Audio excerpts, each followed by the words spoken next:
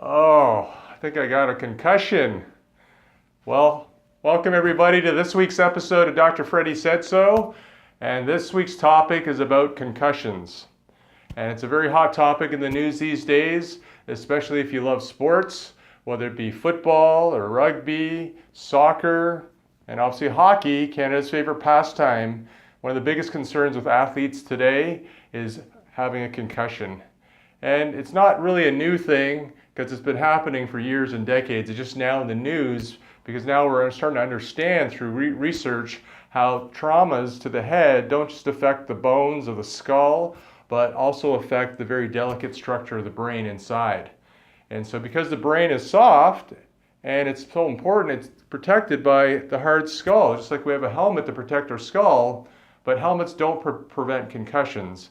And so what our concern with, and we see amazing athletes like Sidney Crosby, greatest hockey player in the world currently, who's had several concussions, and even one just recently in the playoffs where he got a stick to the head and it looked awful, but more importantly, it wasn't that he actually was bleeding, even broke a bone, it was that there was potential damage to his nervous system.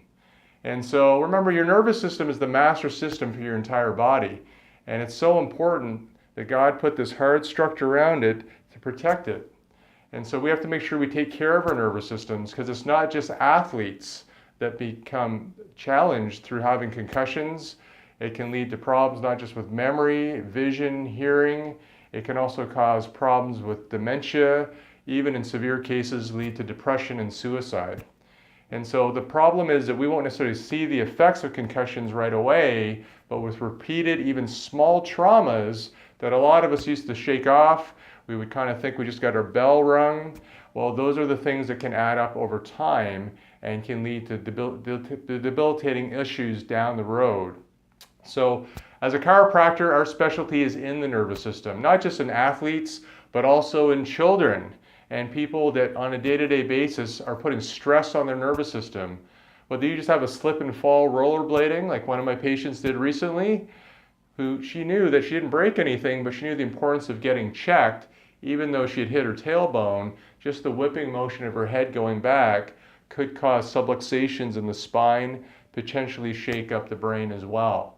We see children that in playgrounds now, schools now have a protocol if a child falls and slips in the playground, how they have to actually have them assessed.